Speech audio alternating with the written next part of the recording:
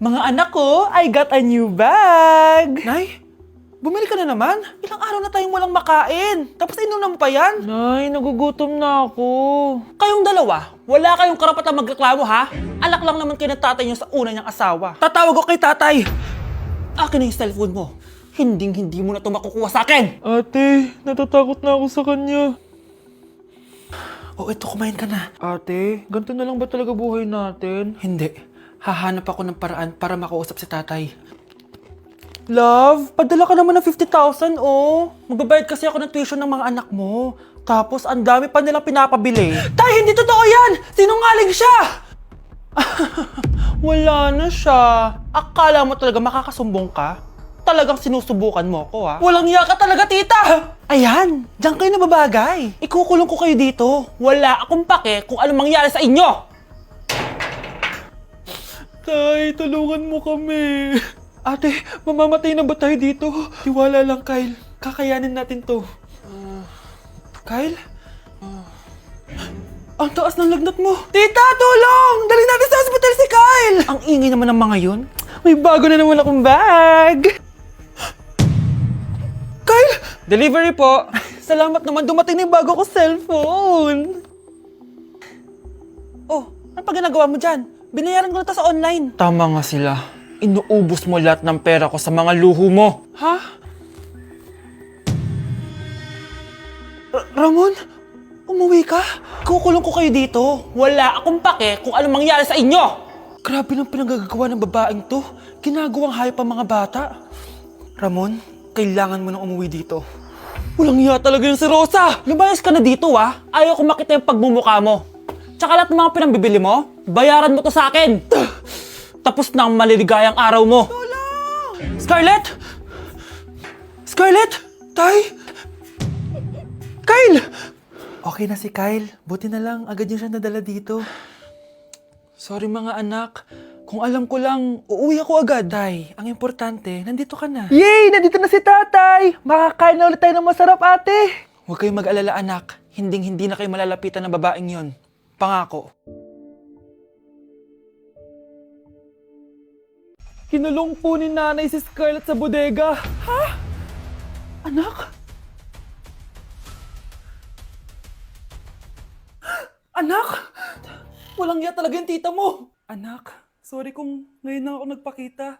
Pinakulong kasi ako ng babaeng yan! Deserve mo makulong! Ikaw ang ikukulong namin dahil child abuse ang ginagawa mo. Ano? At hindi mo na din makukuha ang 50% ng mana. Hindi pwede! Nay, masaya ako na nandito ka na. At hindi na din tayo maghihirap dahil sa pamana ni tatay. Masaya din ako, anak. Siyempre kasama ka dito sa Manta.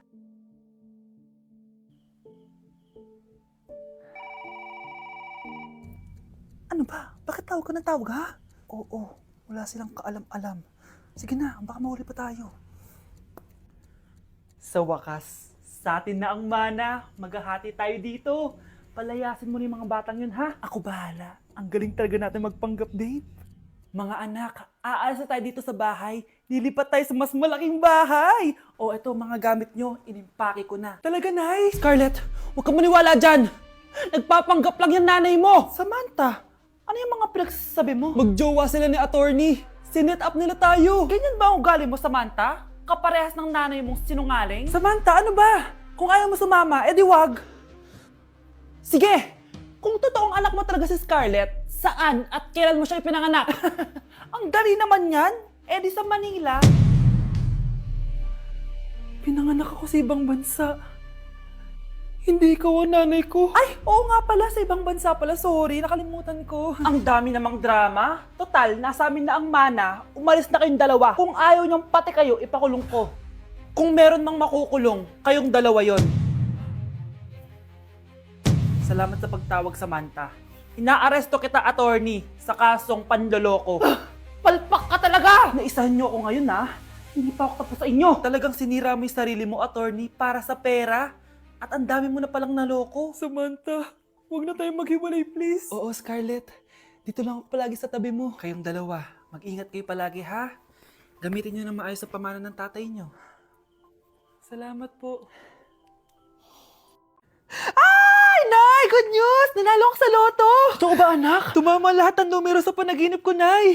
Alam mo, anak, swerte ka talaga eh. Nay, may good news din ako. Gagraduate na ako next month. Talaga ba, anak? Akala ko talaga bagsak pa rin ako eh. Buti naman at di ka na ulit ng high school. Congrats! Good luck sa college! Mga anak, may good news din ako. Sabi ng doktor, magaling na daw ako sa sakit ko. So, ibig sabihin, hindi mo na kami makakalimutan, Nay? Oo, anak. Parang sunod-sunod yung swerte natin, Nay, no? Siyempre, dahil din yan kay Lord. Sige na, anong oras na? Matulog na tayo, ha? Good night, Nay.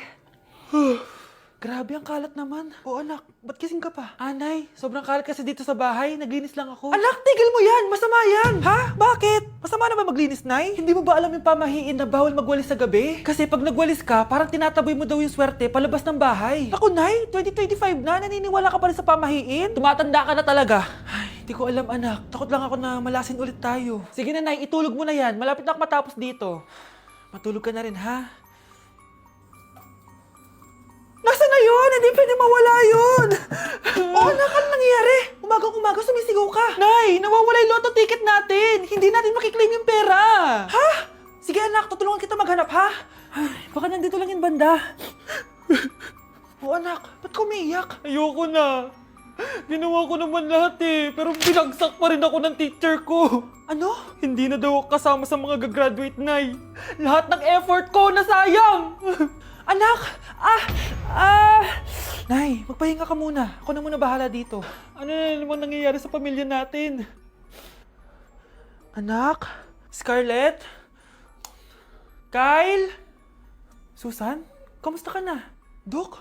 Ba't nandito ka? Dinalaw kita para kamustahin ka. Mga musta?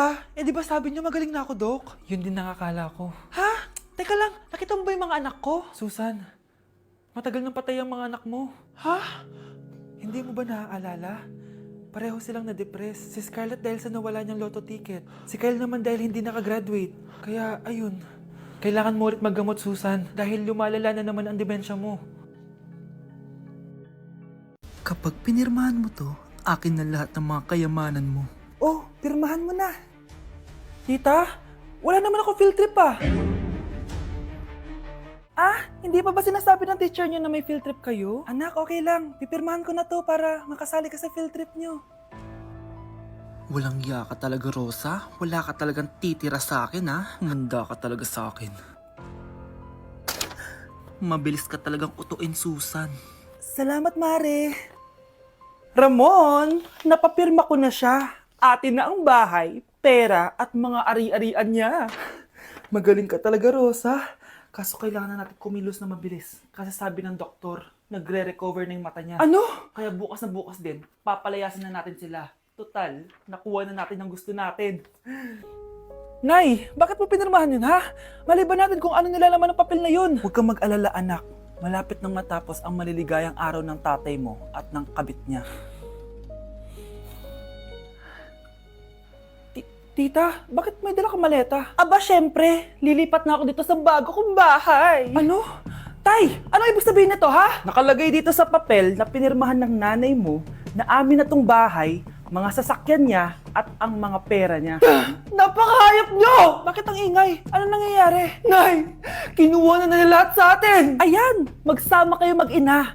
Ngayong nasa amin na ang lahat, pwede na kayong lumayas. Ramon, magse-celebrate tayo, ha? Ang galing nyo din, no? Ha? Nakakakita ka? Bago kayo mag-celebrate, i-check nyo muna kung pirma ko ba talaga yung nakalagay dyan. Hindi pwede to! Tay! Attorney! Kita mo naman kung ano ginawa na tong dalawang to, di ba? At nandito na rin ang ebidensya na magpapatunay na naghaharutan sila sa loob ng bahay ko. Anong gagawin nyo sa amin, ha? Mahal, huwag mo naman gawin sa amin to, please, oh. Magbabago ako, please. Oh, eh! Sorry kung natatapakan kayo pagka-love team nyo, ha? Arestuhin nyo na yung mga yan. Mag-celebrate kayo sa kulungan. Kayong dalawa, sumama na kayo sa akin sa presinto.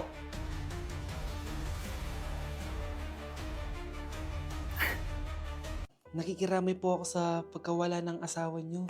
Masakit para sa amin ang pagkawala niya. Kailan pala namin makukuha yung mga ipapamana niya sa amin? Ipaprocess pa po namin yun, ma'am. I-update na lang po namin kayo. Sige po, attorney. Sakit ng pagkawala niya. Nay, tignan mo, may medal ako. Oh, Ano namang paki ko dyan? Di ka ba proud sa akin? Hindi. At wala akong paki sa'yo. Iniwan ka na ng tatay mo, di ba?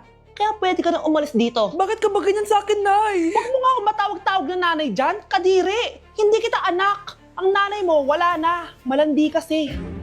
Nay, gutom na ako. Ay, gutom na baby ko. Wait lang, mag-order ako ng steak for you, ha? Yay! Steak, my favorite! Ampun lang pala ako. Nasaan na yung totoo ko, Nanay?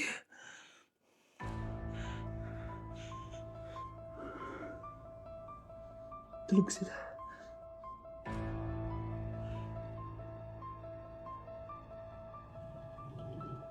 Nasaan na yun? Ito ba si Nanay? Sino ba ito tumatawag na to? Muntik na yun.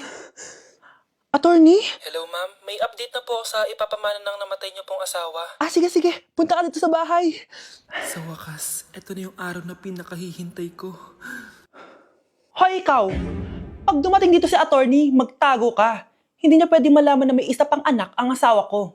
Sige po. Ma'am, nakuha na po namin yung last will and testament ng asawa niyo. Ang nakasulat po dito ay, ang 50% ng kayamanan niya ay mapupunta po sa inyo. Mali ata yan, attorney. Dapat 100% ang mapupuntang kayamanan niya sa amin. Kami lang ang pamilya niya eh. Bali ma'am, ang nakasulat po kasi dito ay ang isang 50% po ay mapupunta sa isa niyang anak. Ano? Baka yan yung isa naming anak na nawala. Oo, sa amin na lang yan. Ako ang isa pang anak ni Ramon.